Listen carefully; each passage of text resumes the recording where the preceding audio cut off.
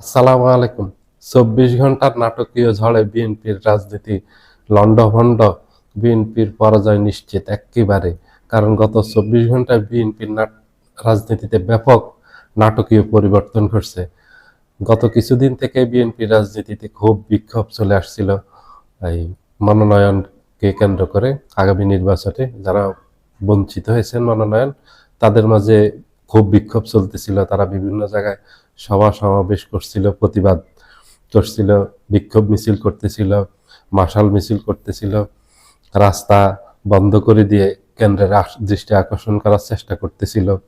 কিন্তু কোনোভাবে কেন্দ্র তাদেরকে মূল্যায়ন করেনি। তারা ভেবেছিল হয়তো তাদেরকে মূল্যায়ন করবে, কিন্তু শেষ পর্যন্ত দেখা গেল মূল্যায়ন করেনি। একে একে যখন প্রায় ৩০০ আসনে নমিনেশন দেওয়া হয়ে গেল গতকালকে, প্রায় হাতে গোনা আর কয়েকটা বাকি, যখন ওরা নিশ্চিত হয়ে গেল যে তারা আর মনোনয়ন পাবে না, গতকালকে থেকে এটা শুরু হলো রুমিন পারহানার মাধ্যমে। এই একটা ঝড় উঠছে, এটার উৎপত্তিস্থল যেমন একটা ঝড়ের উৎপত্তিস্থল থাকে অথবা একটা ভূমিকম্পের উৎপত্তিস্থল থাকে, ঠিক তেমনি এই বিএনপির এই নাটকীয় ঝড়ের, যেটাতে লন্ডভন্ড হয়ে গেল বিএনপির রাজনীতি, একেবারে ২৪ ঘন্টার ভিতরে ওলট পালট করে দিল। সেটার উৎপত্তি হলো রুমিন পারহানাকে দিয়ে। রুমিন পারহানাই প্রথমে একেবারে প্রকাশ্য ঘোষণা দিয়েছেন উনি দল নমিনেশন না দিলে উনি বিদ্রোহী প্রার্থী হবেন এবং দল থেকে পদত্যাগ করে উনি মনোনয়নপত্র সংগ্রহ করবেন। আজকে উনি মনোনয়নপত্র সংগ্রহ করছেন। এই ওনার দেখা দেখিতে সারা বাংলাদেশে আজকে কমপক্ষে ৩০ থেকে ৪০টা জায়গায় মনোনয়নপত্র সংগ্রহ করছে বিএনপির বিদ্রোহী প্রার্থীরা। পটুয়াখালীতে করছে, ভোলাতে করছে, যশোরে করছে, কুষ্টিয়াতে করছে, সিলেটে করছে, চাঁদপুরে করছে, কুমিল্লাতে করছে, নারায়ণগঞ্জে করছে, চট্টগ্রামে করছে, কক্সবাজারে করছে, এভাবে দেশের বিভিন্ন জেলায় করছে।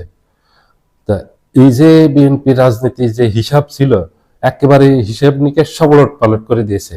কারণ যারা বিদ্রোহী প্রার্থী এখানে এরা অনেকে খুব জনপ্রিয়। এখানে যে সাধারণ একটা নেতা এসে প্রার্থী হয়ে গেছে ওরকম না, এরা সব পরিচিত, এরা সব ত্যাগী, এরা যোগ্য, এরা জনপ্রিয়। দলের নেতা কর্মীদের মাঝে, সমর্থকদের মাঝে এদের ব্যাপক জনপ্রিয়তা আছে। যেমন রুমিন পারহানা, রুমিন পারহানার কিন্তু অনেক জনপ্রিয়তা আছে, তাকে নিয়ে অনেক বিতর্ক থাকতে পারে, কিন্তু রুমিন পারহানা তার এলাকাতে খুব জনপ্রিয়। তার এলাকার সকল বিএনপির নেতা কর্মী চায় যে রুমিন পারহানা সেখান থেকে প্রার্থী হোক। এবং এই যে পটুয়াখালীর থেকে মামুন, বিএনপি নির্বাহী কমিটির সদস্য, ও আছে মনোনয়নপত্র সংগ্রহ করছে, যেখান থেকে নুরুল হক নূরকে দিয়েছে। সেখানে কিন্তু মামুন খুবই জনপ্রিয়, সে অনেক দিন থেকে কাজ করে আসতেছে। ভোলা থেকে নাজিমউদ্দিন আলম ৩ বারের এমপি, উনি ভোলা চরপেশন থেকে নির্বাচন করতেন। ডাকসুর ৯০-এর ডাকসুর নির্বাচনের উনি এজিএস ছিলেন, উনি খুব জনপ্রিয়, ওনাকে নমিনেশন দেয়নি, ওনার এলাকাতে উনি বিদ্রোহী প্রার্থী হয়েছেন। এইভাবে খুব জনপ্রিয় প্রার্থী, অনেকের নাম আমি বলতে পারবো, ভিডিও লম্বা হয়ে যাবে, আমি বলবো না, বিদ্রোহী প্রার্থী হয়েছেন। বিদ্রোহী প্রার্থী হওয়াতে এই সবাই জনপ্রিয় প্রার্থী, সবাই খুবই যোগ্য, এরা দেশব্যাপী পরিচিত, এরা শুধু নিজেদের এলাকায় পরিচিত না। এখন তাদের সাথে যারা প্রতিদ্বন্দ্বিতা করবেন তাদের বেশিরভাগই হলো নিজের এলাকায় ঠিকমতো পরিচিতি নেই এবং তাদের সেই যোগ্যতা নেই। বিএনপি এই ভুল সিলেকশনের কারণে বিএনপির মাঝে এই ব্যাপক একটা এই বিএনপির এই রাজনৈতিক একটা পতন বলা যায়, পতন ঘটলো। বিএনপির একদম পরাজয় নিশ্চিত, কারণ ৭০-৮০টা আসনে যদি জনপ্রিয় এসব প্রার্থী দাঁড়ায় তাহলে বিএনপি একদম নিশ্চিত হারবে এবং এইসব প্রার্থীর অনেকেই বিজয়ী আসবে। যারা বিদ্রোহী প্রার্থী হিসাবে মাঠে এখন নামছেন, নমিনেশন নিয়েছেন, তারা কিন্তু অনেকেই বিজয়ী হবে না। আবার অনেকে বিজয়ী হতে না পারলে সেখানে জামাত বিজয়ী হবে। তা জামাত সবচেয়ে বেশি সুবিধা যেটা পাবে, জামাত সুবিধা পাবে। বিএনপি গত ১৬ মাস থেকে যে চেষ্টা করতেছিল যে রাজনীতির মাঠে জামাতকে কোণঠাসা করার জন্য, কিন্তু বিএনপি তার রাজনৈতিক ভুলের কারণে নিজেই কোণঠাসা হয়ে পড়ছে। এখন জামাত খুব সুবিধাজনক অবস্থায় আছে, যেহেতু জামাতের মাঝে কোনো কোন্দল নেই, জামাতের মাঝে বিদ্রোহ দেখার কোনো সম্ভাবনা নেই, বিদ্রোহী প্রার্থী হওয়ার কোনো সম্ভাবনা নেই। জামাত খুব সুসংগঠিত এবং জামাত খুব জনপ্রিয় কাজ করে যাচ্ছে গত ১৬ মাস থেকে রাজনীতির মাঠে। বিএনপি কিন্তু নির্বাচনী প্রচারণা চালায়নি গত ১৬ মাস, কিন্তু রাজনীতির মাঠে জামাত নির্বাচনী প্রচারণা চালিয়েছে।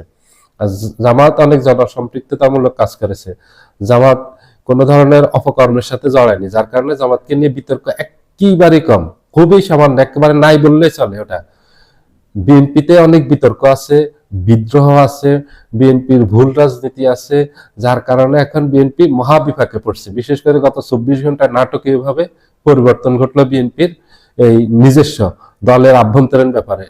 এবার দ্বিতীয় হলো বিএনপি জোটে সমস্যা দেখা দিয়েছে। এই মাহমুদুর রহমান মান্নাকে ওনাকে যে নমিনেশন দিয়েছে, আজকে ওনার ক্যারিয়ারটাই শেষ হয়ে গেল। কারণ নির্বাচনী আইনে আছে ঋণ খেলাপি হলে উনি নির্বাচন করতে পারবেন না, উনি নির্বাচনের জন্য অযোগ্য হবেন।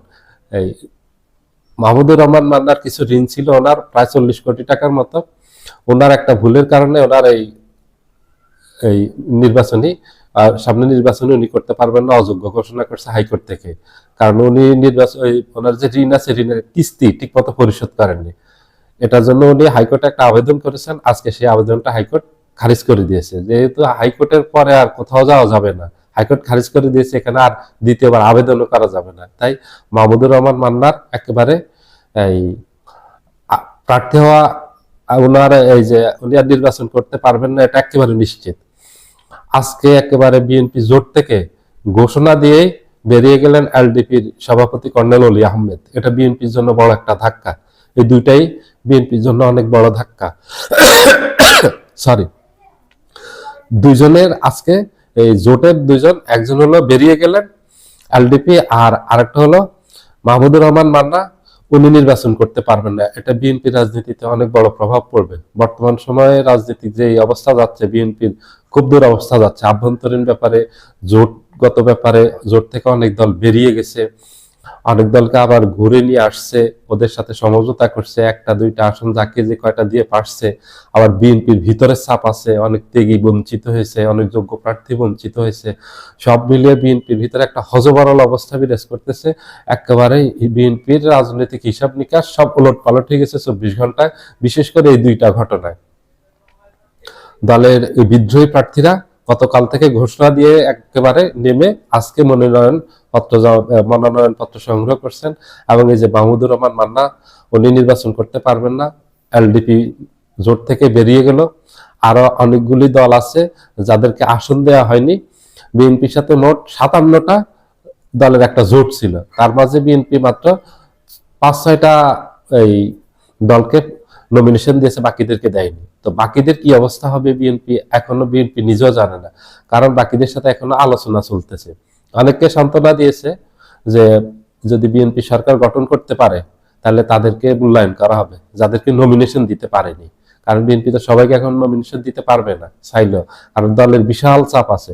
দলের কমপক্ষে ত্যাগী, যোগ্য, সৎ, জনপ্রিয়, দেশব্যাপী পরিচিত, একেবারে শিক্ষিত মার্জিত কমপক্ষে 1000 প্রার্থী বাদ যাবে। বিএনপি বিপাকে পড়ছে এখন।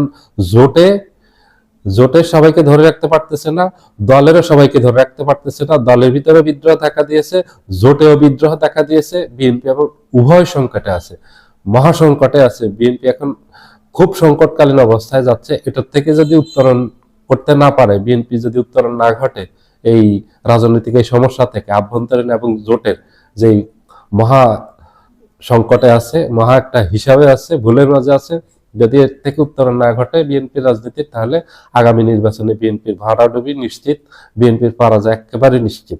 কারণ এত বড় সমস্যা নিয়ে কেউ নির্বাচনে বিজয়ী হতে পারে না। সবাই ভালো থাকবেন, আল্লাহ হাফেজ।